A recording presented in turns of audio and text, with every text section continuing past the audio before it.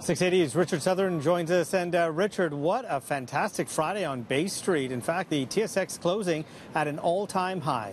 Yeah, rewriting the record books this Friday on Bay Street, Francis. The TSX, as you saw, off the top, finishing just a hair shy of the 16,000 point mark. So this is a record. It took out the previous record, which was set back in February. You know, it was an awful year on Bay Street up until about Labor Day, and it's been straight up since then, with the banking stocks coming back to life, really reflecting the improving Canadian economy. Royal Bank, TD Bank hitting record highs in the past couple of days. Energy stocks starting to surge as well as oil gets close to $54 per barrel. So things looking a lot better on Bay Street. Still, TSX up only 4.3% on the year, underperforming what's happening on Wall Street. Francis, the Wall Street market closed at a record today. Amazon stock shooting way up on strong earnings, making its CEO, Jeff Bezos, the richest person in the world. He made $7 billion just today. Is that all? How was your day? $7 billion today. Because of the Amazon stock going straight up. So Jeff Bezos, he's a happy camper. You know what? So are Toronto investors now. Hopefully he treats his family to dinner or something. You know? Brings them out to Swiss Chalet or something. Yeah, really.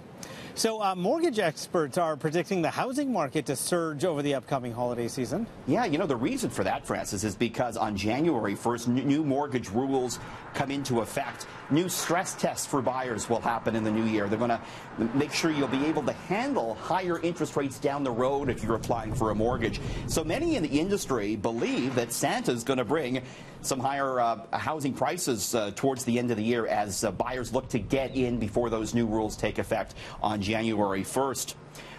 It's believed that, you know, only those paying with cash without any debt transactions will be the only one unscathed by these new rules. So could see a hot housing market as the weather cools off, Francis.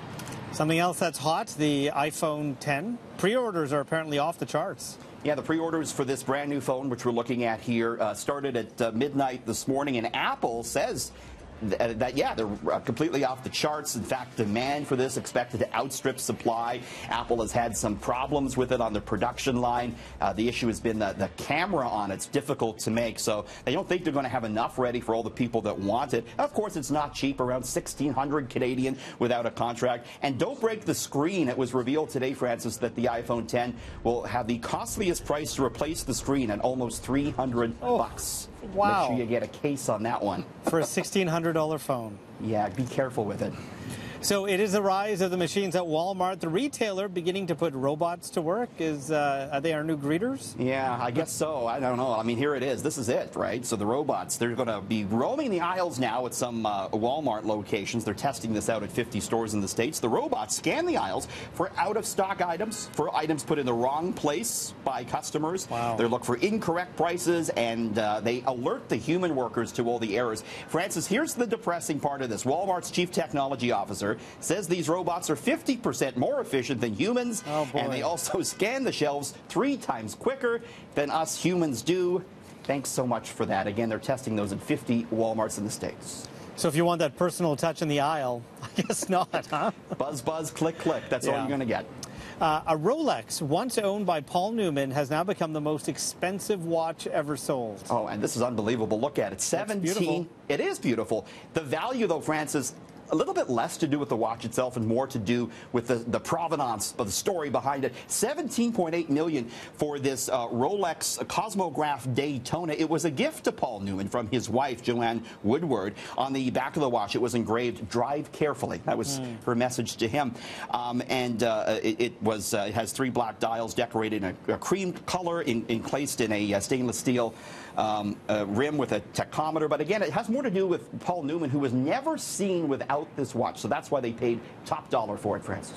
You know, Christmas is coming up, Richard. If you got it for me, I'll be really happy. Yeah, okay, I'll just get $17.8 million out of the ATM. Get it together. Yeah. So it's an old school Halloween candy that not everyone loves. You remember those Kerr molasses kisses? But now they're fighting the haters on Twitter. Do you like these? No. You don't? I love these They weren't bad. They weren't bad. Yeah, they're nice. So, you know, they kind of get stuck to your teeth, get stuck to the wrapper. You know, they're made right here in Toronto by Kerr's Candy. But there's a big backlash now. The Financial Post had an article out the other day entitled "End the Scourge of the Molasses Kiss Candy." And so the company is pushing back. This is their Twitter account. They're responding to all the haters with, some fun responses. I'm just off the phone, Francis, with Ryan Martic, the president of Kerr's Candy.